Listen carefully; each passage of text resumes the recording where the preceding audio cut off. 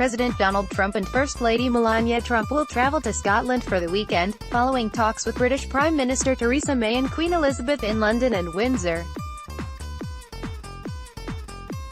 The president's itinerary has not been revealed in detail, but he is expected to arrive in Scotland on Friday evening and will be welcomed by Scottish Secretary of State David Mandel, British media reported. Mandel told media that welcoming the U.S. president was an opportunity to strengthen vital links with a key ally, adding that he hoped Trump enjoyed his stay. The president, whose mother was born in Scotland before immigrating to the U.S., will also be greeted by protesters, as several large demonstrations are planned in various Scottish cities. Some politicians even called on the Scottish government to bar Trump from landing at Glasgow Prestwick Airport, saying the move would be a fitting protest of the president's travel ban, which targets several Muslim-majority countries, The Telegraph reported. It is widely believed that the president will visit his Turnberry resort in South Ayrshire to relax, and likely play golf, on Saturday. The president and the First Lady will depart on Sunday.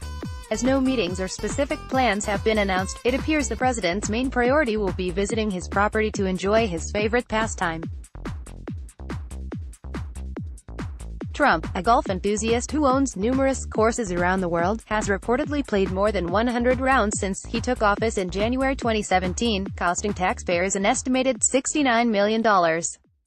Critics often cite Trump's routine criticism of former President Barack Obama for playing golf when he served in the White House.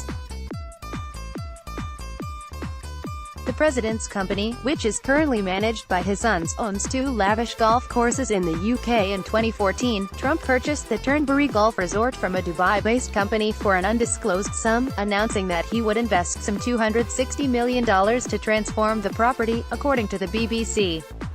Prior to that, in 2008, the Scottish government granted the Trump Organization outline planning permission for an Aberdeenshire resort.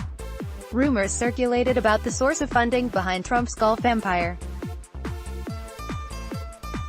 Prominent golf writer James Dodson claimed that Trump's son, Eric Trump, bragged to him in 2013 that the family's golf investments were bankrolled by wealthy Russians. "We have pretty much all the money we need from investors in Russia. We've got some guys that really love golf, and they're really invested in our programs," Dodson quoted Eric Trump as saying, according to Fortune.